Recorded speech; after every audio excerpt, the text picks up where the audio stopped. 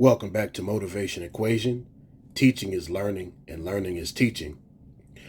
We're going to step outside of the classroom because issues that affect teachers outside of the classroom, one way or another, manifest themselves inside the classroom.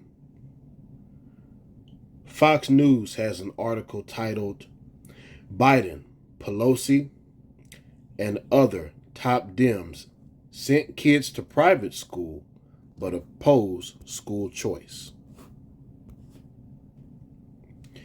School choice has become a hot button issue after the COVID-19 lockdowns shined a light on the scope of the government's authority and gave parents a window into public school curricula.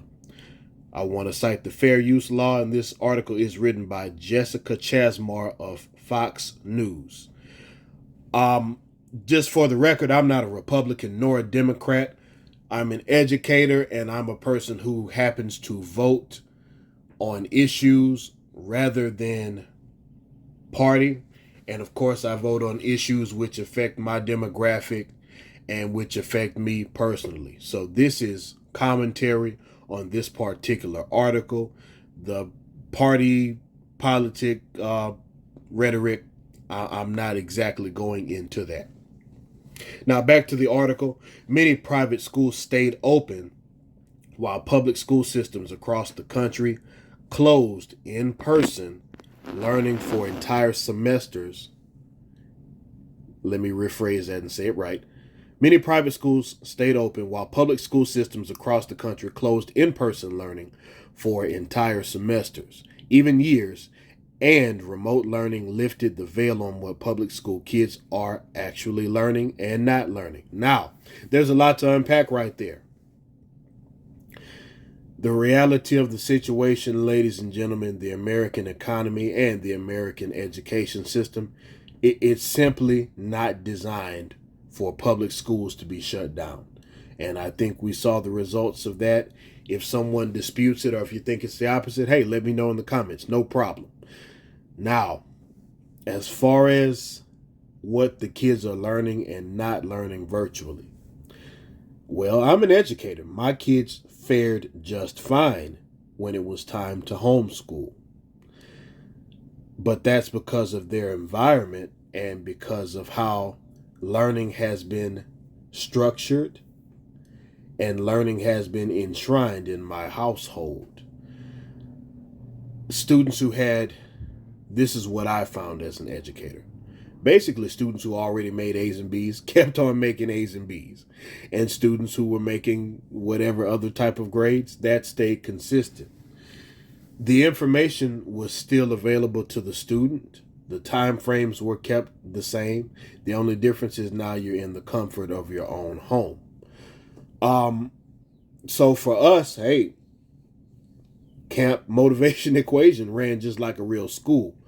I realize everybody doesn't have that advantage as far as having a teacher in the home, but whether or not you can just blame that on the school, that's going to be a different matter and your opinion overall entirely.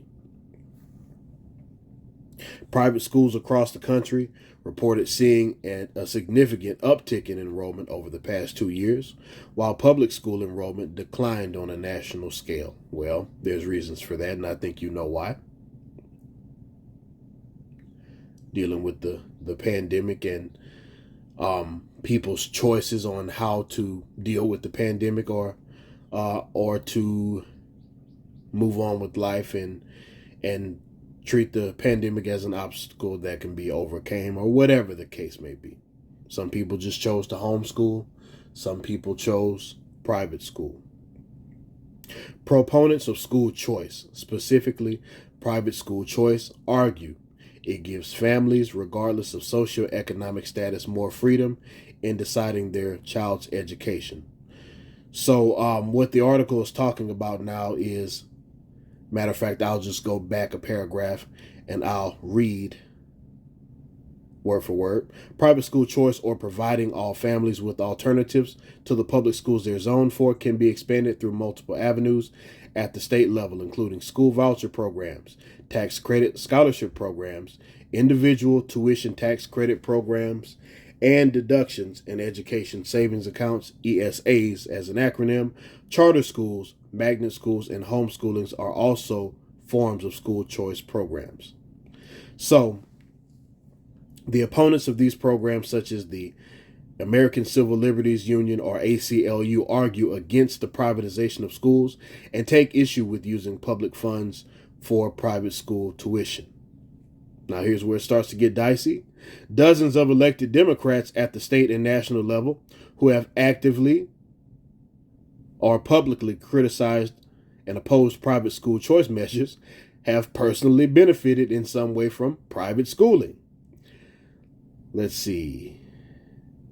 So here's a quote from Corey A. DeAngelis. While these politicians get called out on this hypocrisy, they'll often try to defend themselves by saying that other families do indeed already have school choice, since they can simply just choose to pay for private school tuition out of pocket if they want, DeAngelis told Fox News Digital in a statement. To them, apparently, only rich people should have school choice. Their argument is even worse than that because the taxpayer is already funding the education of the child. That same money should follow the child to the education provider that best meets their needs. So, in other words, what Fox News is doing, this is my interpretation and the way I decode it. It looks like they're basically saying, hey, you're paying for private school for your child based on our public tax dollars, and that's not fair. And if a person feels that way, I do suppose they are legit, or they have a legit way of thinking, a legit point. And then I guess you could say, well, it's a fair market economy and you are free to do as you wish, and nothing stopping you from becoming a politician and working for the public sector if you so choose. I guess you could even look at it. If I were to send my child to a private school, you can say, hey, well, that's public money paying for private school education. There's arguments left, right, up, down, lots of politics to uncover. I can tell you how my alma mater and the community that my mother still lives in, and I actually live in as well, and I teach at my alma mater. I can tell you how it's affected us. We have seen our numbers dwindle. We're a regular public school. We've gone from being a large school to a small school over the years by way of redistricting and relining the districts. And we've seen different demographics, different neighborhoods be rezoned magically for other schools. And we've seen the school choice allow students to attend other schools. Like, for example, there's a magnet school, which is the flag school of the flagship school of the district I work in. So you have a lot of your best and brightest who choose to go there and not to their neighborhood school.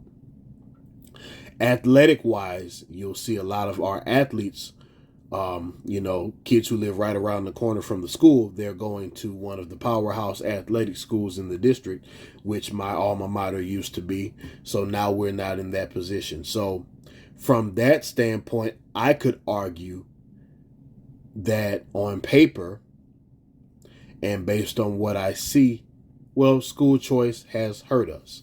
Now, as a parent, I could also say, okay, well, the conditions at the school may indicate to a parent, hey, this is not where I want my child to be educated. You have to understand these things, ladies and gentlemen. You need to understand policies if you're an educator, even if you're a parent. You need to understand your options, and you also need to consider the long-term benefits and the long-term consequences, both to yourself as an educator, to your students, both as an educator, and if you're a parent, to your students and to your community when these things happen. There's also been issues in the past, not just in our school district, but as far as funding is concerning, which schools and which districts get what funding. I do suppose that's not as much of an issue here unless you start talking about the vouchers in which public dollars fund private school opportunities for certain families. And believe it or not, I don't know all of the laws and policies concerning that, you know what, I need to do another video on that topic in itself. But I'm going to put the link to this video in the description box. Please like, share, subscribe, and comment below and let me know what you think. Motivation Equation, teaching is learning, and learning is teaching.